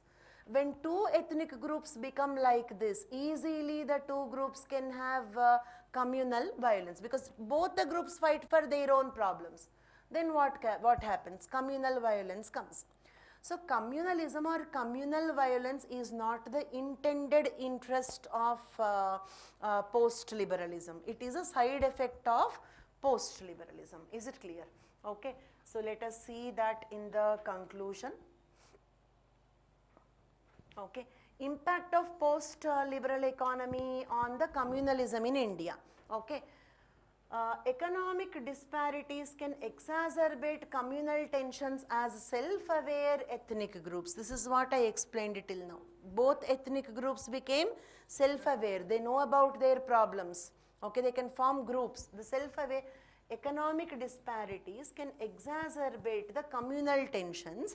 Okay, as the self-aware ethnic groups compete for resources and opportunities with the other groups. Okay. Then political manipulation. Politicians may exploit the economic insecurities to trigger the communal sentiments to get the electoral gain. Okay, already like they both are self-aware, both are competing for the benefit of their group. Okay, ready to fight kind of groups. The political parties will try to trigger this communal violence between the two groups so that they can get some electoral benefit. Okay, then education and employment bias. Discrimination in education and employment opportunities can create communal tension. Okay, there are two ethnic groups, both are self-aware. Okay, both developed the class consciousness. Okay, now if there is any disparity shown between these two people, okay, then one group will easily fight with the other group of people. Next, social media polarization. Both ethnic groups became self-aware ethnic groups, and social media polarized, I mean partial. Is it clear? Social media favored one group. This also can create tensions between both the groups. Is it clear? Next, urbanization and gentrification. Okay, it can displace okay, yeah, this is we moved on to a different question. Okay, yes. Yes, okay. Now coming to the conclusion. So like this social media polarization, okay, or the right intentions of the government to uplift the two communities, but because the two communities are becoming self-aware, okay, a kind of communal violence is possible between them. Okay, so conclusion is, post-liberalism in economy has a potential of achieving equity. Do you agree with this? Because liberalism favors privatization, post-liberalism favors nationalization, liberalism favors individuals, post-liberalism favors groups, community benefit. Is it clear? So post-liberalism in economy has a potential to achieve the equity and inclusive development of all ethnic groups. Is it clear?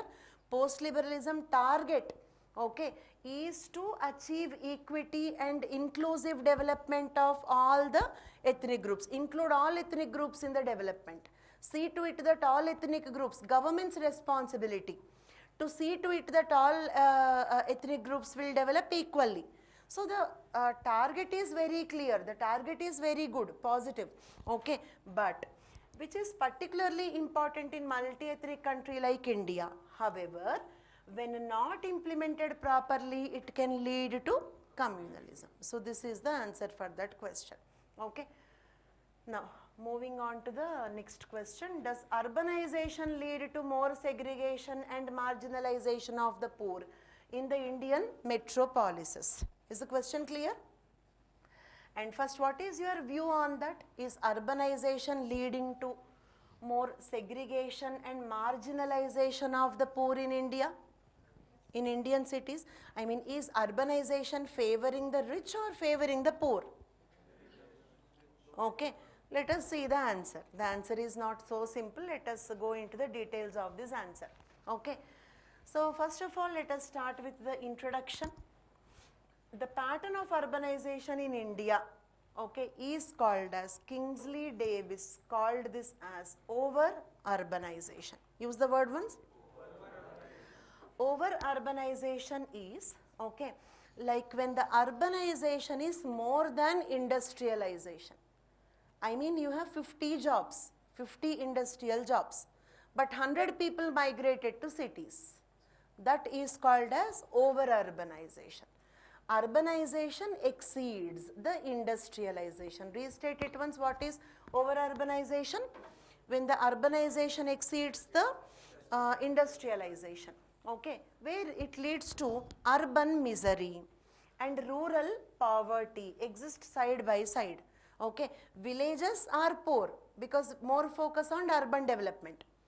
Are urban people happy? No, there is misery there also. Slums are there, crime rate is increasing, pollution is increasing, rural poverty, urban misery. Both are the consequences of this over-urbanization. Over-urbanization is a phenomenon where urbanization surpasses the level of industrialization. It leads to urban accretion. Use the word again. Urban accretion. Urban accretion means concentration of the population in few large cities without corresponding increase in the economic opportunities. People are coming to cities, but they don't have economic opportunities. This is called urban accretion. I mean, a kind of disintegration of the quality, decline in the quality of the life. Okay, life quality is decreasing. That is called as urban accretion. Is it clear? Okay, and Gerald Breeze depicts urbanization in India is pseudo-urbanization. What is pseudo-urbanization? Usually urbanization happens due to two reasons. One is due to pull factors. I mean, if the cities are attracting the rural people. Second one is called push factors. That is, if the villages are pushing them. I mean, in the village you don't have economic opportunities. Okay, you cannot survive in the village, so you are coming to city. It is not because you are attracted to the city. You could not survive in the village, so you are coming to the city. That is called as pseudo-urbanization. A good form of urbanization should occur due to the pull factors, not the push factors. That kind of urbanization is good. This is called pseudo-urbanization. That leads to urban accretion, urban misery, those things. Is it clear? Like this, quoting certain thinkers, giving a few words will be a value addition in the answers. But if you don't know, in general also you can write. Okay, you need not get afraid looking at these words. Okay, these words I could keep because I got 2-3 days time in between. Okay, so if it should be written in the exam hall then and there, these many terms, these many thinker names may not come. Is it clear?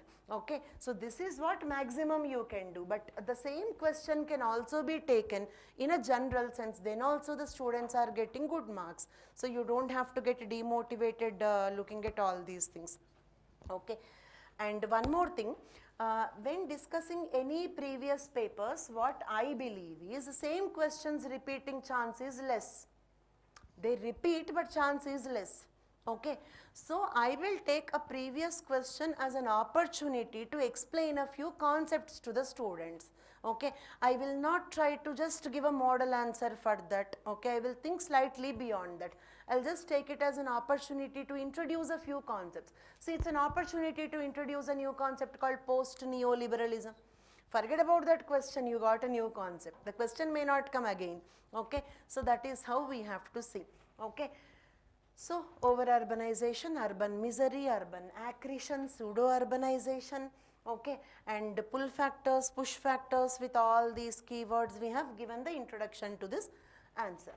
Okay, then moving ahead.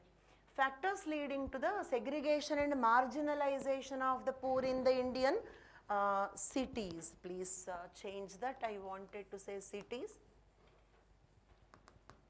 Is it clear? Factors leading to segregation and marginalization of the poor in the Indian cities. Okay, first one, slum formation. Okay, see, there is over-urbanization. It means you have 50,000 homes, but 1 lakh people came to cities. So 50% are homeless. so they will develop a slum. Okay, and slums formation. Rapid urbanization results in unplanned growth of the cities, leading to the formation of slums that get limited access to basic amenities like purified water, sanitation, electricity. Okay, it means it is leading to marginalization of the poor. Over urbanization, the urbanization in India, okay, is leading to the segregation. Segregation means what? Separation. Slums are separated from posh colonies, isn't it? Rich colonies are one side and slums are on the other side. Both are segregated, separation. And marginalization. Okay, the rich colonies will get all facilities, purified water, electricity and all that. The slums will not have access to all these things. So this is nothing but segregation and marginalization. Use both the words once. Next, gentrification. This is development of cities often displaces the poor from the slums. That means like say for example, one of my friend circle, they wanted to construct a beautiful home. They constructed it. But exactly opposite there is a slum. They did not want the slum people to disturb their lifestyle. Okay. So they politically manipulated and totally wiped out that slum. Just because one rich family wanted to have a beautiful home, okay, they totally wiped out. Okay, they are politically also influential. They just got the slum removed. All the people were standing out one day all of a sudden. Okay, so that kind of process is called as gentrification. That is like making the poor people vacate the slums. Okay, already living in the slums itself is misery. Not even having a slum to live is much more serious misery. Okay, gentrification is much more serious then. Real estate price rise makes it impossible for the people, poor people to purchase the homes. Is it clear? Next. Infrastructure gap marginalizes certain areas undeserved. I mean, certain areas are getting more infrastructure is developing only in certain areas, schools, colleges, hospitals, okay, shopping malls, all these things are coming only in like some metro connectivity or bus connectivity, okay, or some overhead bridges, okay, all these things are coming to only rich colonies, not to the slums. Is it clear? Okay, you cannot expect a multi-speciality hospital to be constructed beside a slum. Rather, they will prefer to construct it in some rich place. Is it clear? Okay. Then employment disparities. Poor often confined to informal sectors. Okay, that means they can lose a job anytime. No job security. Informal sector. Okay. Limited social integration. Indian metropolises are class stratified. I mean, Indian cities are divided on the basis of class. Restate it once. Indian metropolises are class stratified. I mean, strata means layers, one on the top, inequality. Okay, there is inequality based on the class. Okay, Indian metropolises, I mean Indian cities are class stratified, having minimum interaction between different socio-economic classes.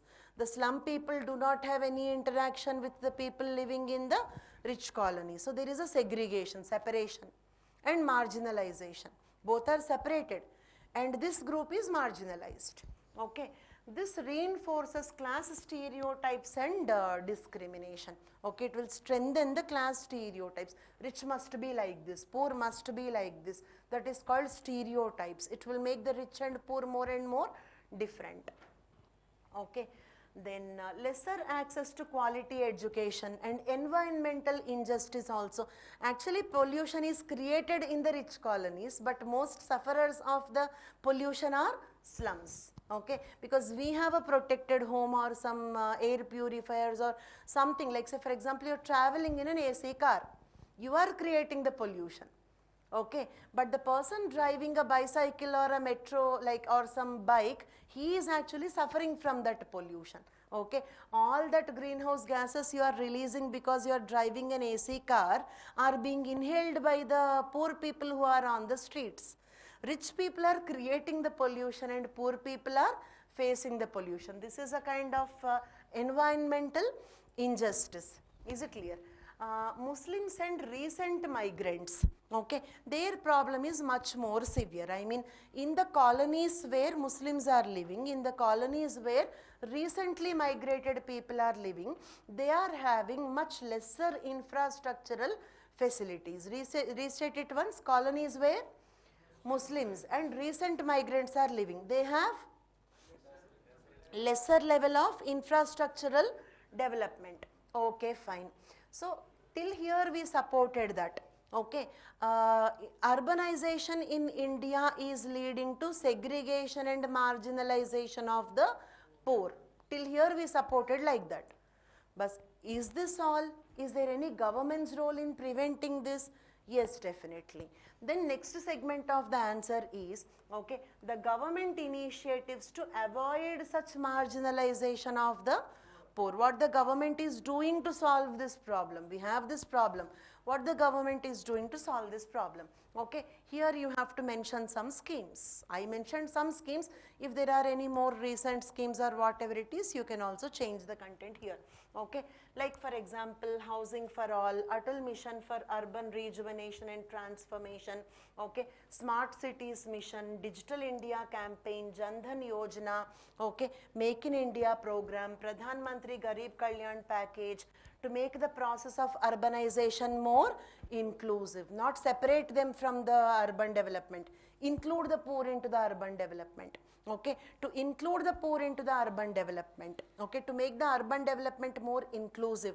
These are certain government initiatives. Okay, so that's it, and moving on to the next question. Okay, why did human development fail to keep pace with economic development in India? Okay, interestingly, as it is, the same question appeared in the previous year. Okay, read the question out once. Why did human development fail? Okay, to keep pace with economic development in India. It means economic development in India is happening rapidly, but human development is happening slowly. Human development failed to keep pace with, I mean, cannot run with the same speed. Okay, it cannot run at the same speed as economic development. That is this 2023 question. As it is the same question, this appeared in 2019, but not in Indian society. This appeared in social justice, that is paper number 2GS2. Okay, so let us check this once. What is that question? Okay, the question is, despite consistent experience in high growth, India still goes with lowest indicators of human development. High growth in economic aspect, still lowest indicators of human development. Okay, examine the issues that make balanced and inclusive development elusive. Why this balanced development is becoming elusive? Elusive means what? A dream that cannot realize. Okay, balanced development is becoming like a dream. It is not realizing. Okay, so do you agree both questions have exactly the same meaning? Economic development is happening. Okay, but human development is not happening at the same rate. Okay, it is making a balanced development elusive. I mean, it is making the balanced development a difficult to achieve dream. So that is the meaning of that. Next. Let us see the answer for this question quickly. Okay, I have written the model answer here. You can go through the model answer. I'll just quickly give you some statistics.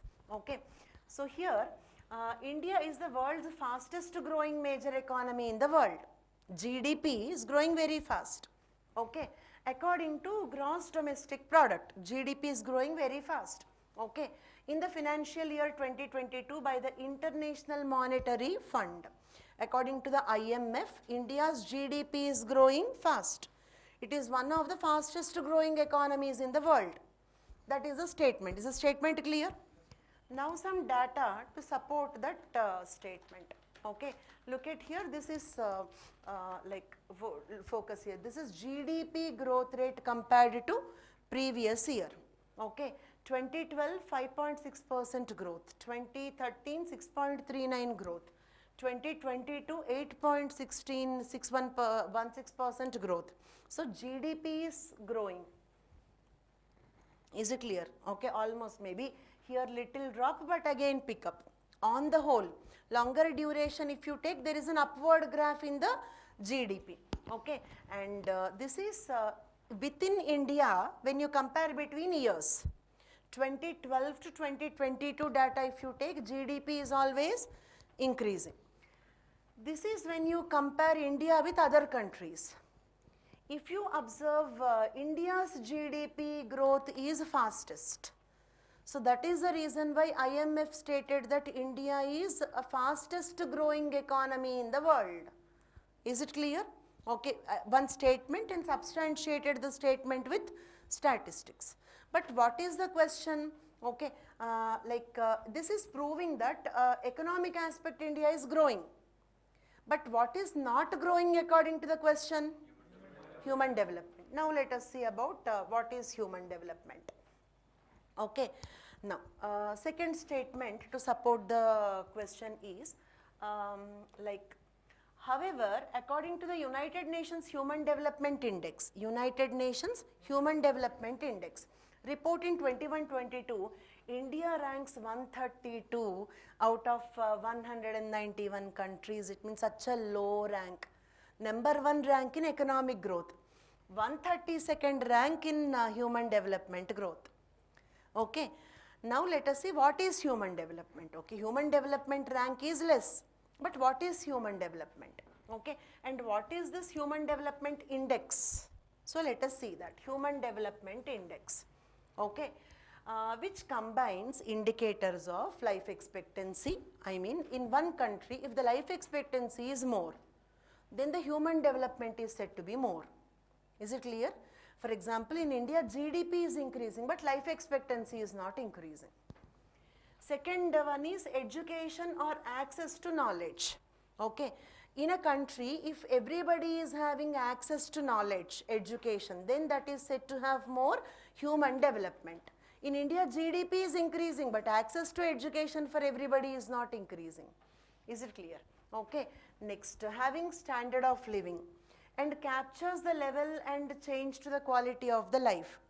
And the index initially launched as an alternative to measure a country's development instead of GDP. It means, okay, human development should be the criteria to measure the development of a country, not the GDP alone. Restate it once. How to measure the development of a country? Based on the human development, not based on the GDP, because GDP increase even if there are 1% rich people. So how do you know really the country is developing? Only when the human development index is increasing. Who proposed this approach? Mahbub-ul-Haq and Amartya Sen, these two economists, okay, respected economists, they both proposed this approach. So who proposed that? Okay, we should measure the development of a country not based on GDP but based on the human development. Yes, name the thinkers. Mahbub-ul-Haq and Amartya Sen, they both stated that this should be the right approach. So in GDP wise India is growing, but human development wise India ranks 132 out of 190. It is much lesser when compared to many poor countries, undeveloped countries also. Okay, unfortunately. Okay, fine. Then what are the indicators of human development? How do you say in a country there is human development? Okay, human development is said to be high. Okay, if there is better rank, I mean we are 132nd or 133 rank, right? If there is first rank, okay, it means there is more human development. That is one criteria. Second criteria, more life expectancy. The average life expectancy of the people is more. Okay, then also the country is said to have more human development. Lesser infant mortality rate in any country, if lesser number of infants are dying, then the country is said to be more developed, because poor people also have medical access. That is the meaning of lesser infant mortality. Okay, maternal mortality in any country, if the maternal mortality, that is lesser number of mothers are dying during the childbirth, okay, so then it is called as more human development. Is it clear? Next, adult literacy. In any country, if more adults are literate, that country is said to be having more human development. Okay, percentage of the population below the poverty line. Okay, in any country, if lesser percentage of the people are below the poverty line, that country is said to have more human development. So these should be the criteria, not GDP. Why? Because GDP will increase, even 1% of the country becomes rich. Is it clear? Okay, so therefore this should be the criteria, but based on this criteria, India's rank is very, very less. Okay, then now factors responsible for lowest indicators of human development. Why India is having such a low rank in the human development? Okay, first point is economic growth without employment. Okay, it means India's economic growth is led by capital intensive sector. I mean, if there is economic growth, who is benefited? Capitalist is benefited, not the worker. So therefore GDP increases. Okay, overall gross it will increase, but human development aspect is not increasing. Did you understand? It is not labor intensive, it is capital intensive market. Okay, next, India's unemployment rate. Okay, unemployment rate also peaked here 2020, unemployment rate. Did you observe this? Reason is COVID lockdown and all. Okay, but otherwise also India is having a very high unemployment rate. Okay, then policies relatively ignored the agriculture sector, and the economic growth is not inclusive. I mean, country is becoming rich, but SC, STs are not included in the development process. Okay, and a declining female labor force participation. Okay, so that is like females are not participating in the occupations or economic development. Now 50% of the population is female. If 50% of the population do not contribute in the economic development, then we cannot reap the benefits of demographic dividend. I hope you all know what is demographic dividend. Okay, then according to the Union Budget 2022, the overall workforce participation rate in India is 20.3. Okay, which is 18.2 in the urban India presently. That is only this much percentage of the women are participating in the labor force. Very less percentage of the women are participating in the labor force. Okay, so therefore, okay, like we cannot reap the benefits of the demographic dividends. Okay, then now unequal growth. Okay, as per the World Inequality Report, one more very important point, there is another thing called as World Inequality Report. India is among the most unequal countries of the world. I mean, rich-poor difference in India is maximum when compared to other countries. When compared to other countries, rich-poor difference. Inequality is highest, with rising poverty and affluent elite. In one side, the affluent elite are increasing. Okay, like world's richest people, world's topmost, like 5th richest, 3rd richest are coming from India. Okay, but the poverty is also increasing. One side, affluent elite are increasing. Other side, poverty is increasing. One of the most unequal countries in India. The report also highlights that top 10% and top 1% of India holds 57 and 22% of the total national income. Look at this data once. Okay, top 10%, answer this question once. Top 10% people have 57% of the total national income. 10% people have 57% of income. So remaining 40% goes to the 90% of the people. So rich becoming richer, poor becoming poorer, capital intensive market, all that. The liberalization policies in India benefited 1% of the policy. That is why post-liberalism. You can connect this point with that point also for your overall knowledge. Okay, liberalism favored, but liberalism favored whom? 1% of the rich. So therefore post-liberalism we discussed. Is it clear? And poor education and health facilities. Okay, so that means, for example, the National Education Policy 2022. okay, said that we have to spend 6% of the GDP on education, but we are spending only 2 to 3%. Is it clear? Okay, so it means all are not getting education. So same way, okay, health sector also, okay, like there is some data here about the health also. Health is also not equally accessible to everybody, okay. Then infant and maternal mortality rates continue to be high. Despite several government schemes, both infant mortality rate and maternal mortality rate still remains to be high in India. Some statistics to support.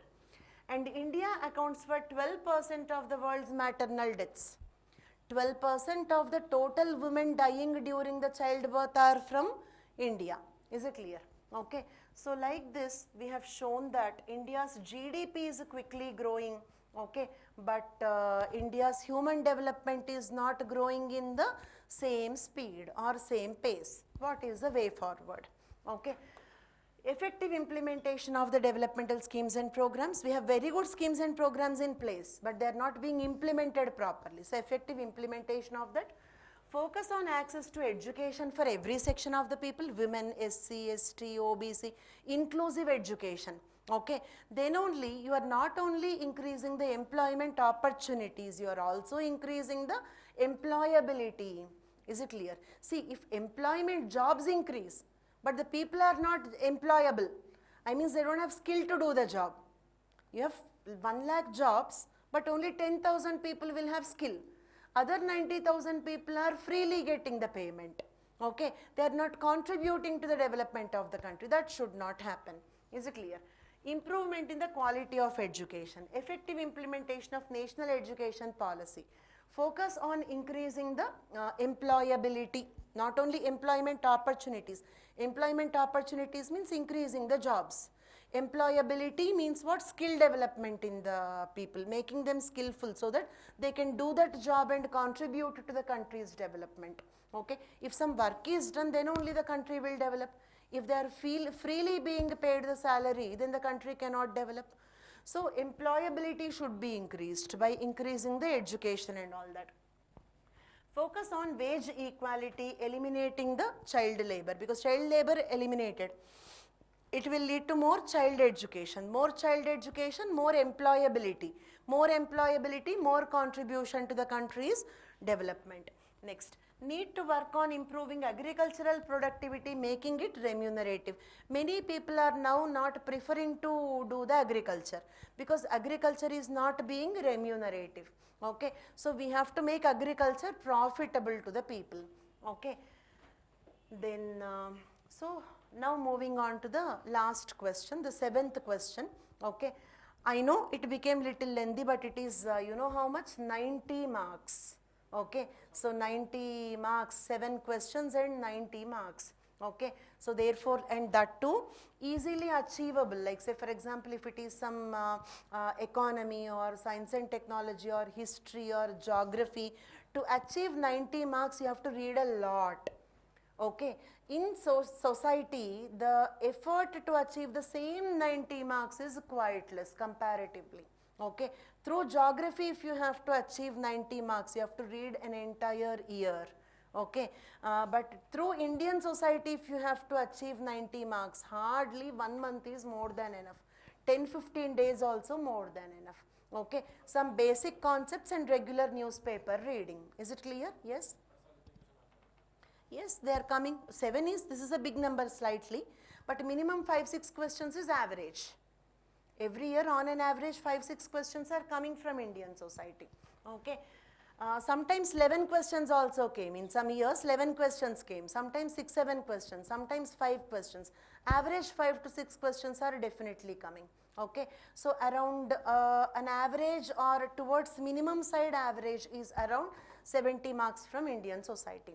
Okay, next, child cuddling, last question here. The child cuddling now being replaced by mobile phones. Okay, discuss its impact on the socialization of the children, how it is affecting the socialization of the children. Okay, then socialization, let us first define what is socialization. Socialization is the process of learning to behave in a way that is acceptable for the society. You have to learn to behave in such a way that society will accept your behavior. Is it clear? That is called socialization. It can also be defined as the process of internalizing the society's norms. Use the word norms. Norms means, okay, what is normal in the society. For example, the normal in the society is like, say for example, we all worship the God. So if there is an atheist, that is not a norm, that is not normal, that is something different. Is it clear? Say monogamy is a norm. It means normally everybody will go for one marriage. Is it clear? If somebody goes for bigamy, that is not a norm. Okay, so you are deviating the pattern. Okay, learning what is a norm in the society, internalizing social norms. What is considered normal? The things which are considered normal are more acceptable. Okay, so both definitions comes to be the same thing. Internalizing the norms of the society and ideologies of the society. For example, if it is a capitalist society, if you alone have communist ideology, okay, then society may not accept you. Or if it is a communist society, you alone are capitalist, the society will treat you as a selfish person. Is it clear? Okay, so like that, internalizing what are the social norms and what are the social ideologies, or learning to behave in a way that society will accept, that is called socialization. Then child socialization in traditional societies is primarily through family. In the traditional societies where the child will learn all these things, where the child will learn what are social norms, where the child will learn what are the social ideologies, where the child will learn how to behave in the society, how to behave in such a way that the society will accept you. Parents will teach, grandparents will teach. Okay, where? In the traditional society. Now that is being replaced by cell phone, that is the question. Okay, child socialization in traditional societies is primarily through family. Children got exposed to the social norms and learned how to behave in the society through the bedtime stories by the parents and grandparents. The warmth of cuddling with the parents, okay, the warmth, the comfort that you feel when you are cuddling, okay, when you are close to your parents, when you are spending some quality time with your parents. The warmth of cuddling with the parents and the quality time spent with them made the children empathetic. Use the word once. Empathy means understanding the emotions of the other person. For example, if you are in some pain, I should understand that you are in some pain and I should feel like doing something to solve that. That kind of feeling is called as empathy. Whereas antipathy means if you are struggling in pain, I will enjoy, like if I get some happiness out of it, that is called antipathy. Empathy means what? Okay, understanding the problems of, ability to understand the problems of the other people. Okay, this warmth of cuddling with the parents and the quality time spent with the parents, grandparents, family members, this made the children empathetic, affectionate, responsible and secure social beings. Social beings means what? They became socialized. Who socialized? This process, the time spent with the family members made them. Okay. However, in modern times, increased nuclear families, okay, so no grandparents to tell the stories, and broken families, for example, single parent, mother, father divorced, mother herself is in severe depression. What stories she will tell, what socialization she will teach? Is it clear? Broken families, then ambitious parents. Like for example, yesterday, like Sunday, completely I was preparing on this, so I could not spend any time with my daughter. Ambitious parents. Did you understand? Okay. Mothers struggling with the dual role burden of domestic and career responsibilities. Okay. So like she might be working in the late night, domestic work, career work, both should be completed. So it means mother is not getting enough time to spend quality time with the children. Okay. Then domestic and career responsibilities, let the mobile phones slowly replace the parental role in the child cuddling and the social. In the place of mother, mobile phone came. In the place of father, grandparents, mobile phone came. Okay, so that is all in the introduction. Then what are the negative impacts? Okay, negative impacts are of course decreased social skills. For example, the children are always playing video games, they're always watching some YouTube videos, YouTube reels and all. They don't know how to behave in the society. That is a fake world, that is not the real world. Is it clear? Okay. For example, in Facebook you have 5,000 friends. Then the child will think, I have so many friends. But in practical reality, nobody is coming to help you. That you did not understand because you are living in this fake world. Okay. Next, a child who sees the world in his mobile phone might choose to isolate himself from the friends and family. Rather than making new friends or talking to the others, they want to spend more time in the mobile phones. This can lead to less social skills being underdeveloped in the children, which eventually affects them in the adulthood. As an adult also, they don't know how to behave in the society. As a child, they did not learn how to behave in the society because they were busy on the screen. Okay. Now as an adult also, they don't know how to behave in the society. Next, it affects the brain activity. Okay, the more screen time will affect the brain activity. The content the child is exposed and the screen time affects the brain activity, like decrease in constant reels. Okay, so because of that what happens, you cannot focus on the class. Now attention span decreased. Okay, within 2 seconds, like say for example, even I am finding it difficult to watch a movie because movie duration is 2.5 hours. A reel will be 2 seconds. In 2 seconds, your brain is switching to the next point. Is it clear? So today it's okay, like as an adult we can manage it, we can go back and maintain the focus. But as a child, if their focus duration limits to 2 seconds, 3 minutes, how do they listen to the classes? How do they read books? How do they do all these things? So the focus point, the concentration span is drastically decreasing. Smartphones can also affect studies, hobbies, sports. Earlier you had you are participating in sports. Now no sports, only video games. Is it clear? It means like physical activity is decreasing, hobbies are getting affected. Tomorrow in some DAF form, like what will they write? Will they write some playing some PUBG or some playing some watching reels? What do they write in the hobbies? They don't have hobbies. This is not socially acceptable. Okay, the interview panel will not be pleased looking at watching reels as a hobby. Is it clear? Okay. Next, lowest academic performance. Okay, then access to inappropriate media. They may be exposed to pornography and all. It will change the expectations completely, what to expect from the marriage, what to expect from life. Okay, so that is giving a fake kind of imagination about the world. Sleep disruption. Okay, you know there is one hormone called melatonin. Okay, this hormone maintains two important functions. You need melatonin to sleep, plus you need melatonin to maintain the biological clock. Okay, I mean 8 o'clock in the morning breakfast, hunger. Again 1 o'clock hunger. Again night 7 o'clock hunger. This is called biological clock.